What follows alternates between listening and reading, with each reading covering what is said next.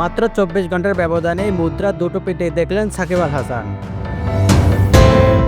Global super লিগে খেলতে নেমেই বাংলাদেশের সাবেক এই অধিনায়ক প্রথম ম্যাচে ব্যাট হাতে 58 রান আর বোলিংয়ে 4 উইকেট শিকার করে দুবাই ক্যাপিটালসকে জিতিয়েছিলেন। একদিন না যেতেই সাকিবকে আবারও ফ্র্যাঞ্চাইজিটির হয়ে মাঠে নামতে হয়। তবে ব্যাট বল কোনোটাই এবার সঙ্গ দিল না সাবেক এই বিশ্ব অলরাউন্ডারকে। হেরেছে তার দল দুবাই ক্যাপিটালসও। গায়ানার প্রেসিডেন্টস স্টেডিয়ামে গতকাল শুক্রবার রাতে সাকিবের দুবাই ক্যাপিটালসের মুখোমুখি হয় বিগ ব্যাশের ডিফেন্ডিং চ্যাম্পিয়ন হোবার্ট হারিকেন্স, যেখানে টস হেরে আগে ব্যাট করতে নামা ক্যাপিটালস নির্ধারিত 20 ওভারে 8 উইকেট হারিয়ে 141 রান তোলে। দলের পক্ষে গুলবাদের নাইম সর্বোচ্চ 27 বলে 31 রান করেন। সেদিকুল্লাহ অটল 25 রান করেন। আর কেউই বলার মতো ইনিংস খেলতে না পারায় টেনে টুনে 140 অতিক্রম করে দুবাই ক্যাপিটালস।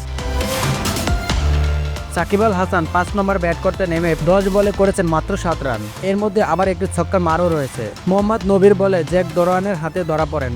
এরপর দুবাই ক্যাপিটালস বোলিংয়ের আক্রমণটা শুরু করে সাকিবকে দিয়ে।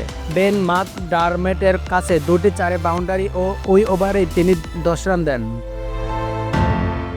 পরে 3 ওভারে সাকিব কোনো উইকেট পাননি। 4 ওভার বল করে তিনি 34 রান দেন। দুবাই ক্যাপিটালসকেও কেউ আর পথ দেখাতে পারেননি, যদিও কাইস আহমেদ নিয়ন্ত্রিত বোলিং করেছেন। 4 ওভারে 22 রান বিনিময়ে শিকার 1 উইকেট। 17 ওভারে 7 উইকেট হাতে রেখে লক্ষ্যে পৌঁছে যায় হোবার্ট হারিকেন্স। তাদের পক্ষে ম্যাক অ্যালিস্টার রাইট সর্বোচ্চ 50 ও ম্যাকডারমট 48 রান করেন।